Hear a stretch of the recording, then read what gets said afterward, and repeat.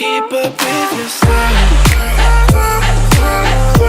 I can't keep up with your style. Socialite says she accidentally killed police official after massage. The woman in the red hoodie and handcuffs, holding her belongings in a white plastic bag, could have been mistaken for a drifter. But she was actually linked to a billion-dollar dynasty. Jasmine Hartin, a 32-year-old Canadian socialite and mother of two, had been dodging reporters for weeks when she agreed to sit down exclusively with 48 Hours to talk about the night she shot and killed a senior public official in the Central American country of Belize. Her interview with 48 Hours correspondent Peter Van Sant airs Saturday, October 2 at 10:09 on CBS and Paramount Plus in Jasmine Hartin's Shot in the Dark. Hartin had captured the world's attention at the end of May.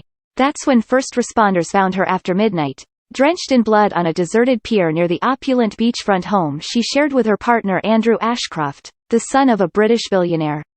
In the water nearby, authorities also found Police Superintendent Henry Jemmott, one of the most important and beloved cops in Belize. He had a fatal gunshot wound behind his right ear, and the bullet allegedly had come from his own gun. In the aftermath of the shooting, there were rampant rumors about Hartin and Jemmott. Why were they alone on a pier at that hour? Were drugs or infidelity involved? Hartin denied the pair had a sexual relationship. But speculation was fueled by reports that she had changed her story about what had happened that night.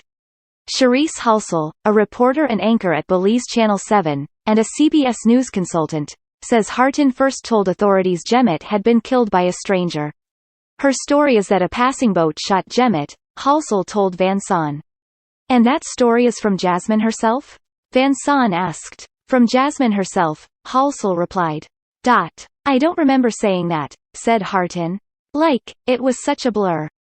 You know, and I think I was in shock. Were you intentionally trying to mislead police at that moment? Van Sant pressed. No, not at all, Hartin insisted. After a jailhouse meeting with an attorney, Hartin reportedly admitted she had fired the fatal shot herself, by accident. She said Henry Jemmott was her friend and had been urging her to get a gun for personal protection ever since rescuing her from a near sexual assault about a week earlier. On the night of the shooting, said Hartin, she and Jemmott had been drinking before going to the pier, where she'd given him a shoulder massage and he'd tried teaching her how to load and unload the magazine and bullets from his Glock 17 service pistol. I'm holding it like this on the top and like this and I'm trying to get the magazine out, Hartin told Van Sant, demonstrating the way she says she'd held Jemmott's pistol. Next thing I know, the gun went off.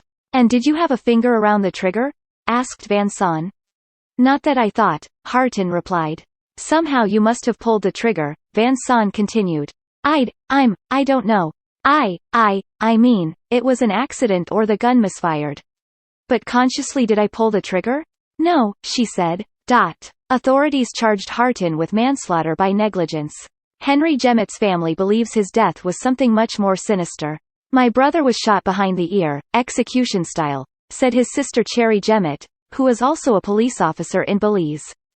Jasmine Hartin should be charged with murder, not manslaughter. I'm not a murderer, said Hartin. That's ridiculous. Belizean investigators have not publicly released forensics and other documents in the case against Jasmine Hartin and a trial date has not been set.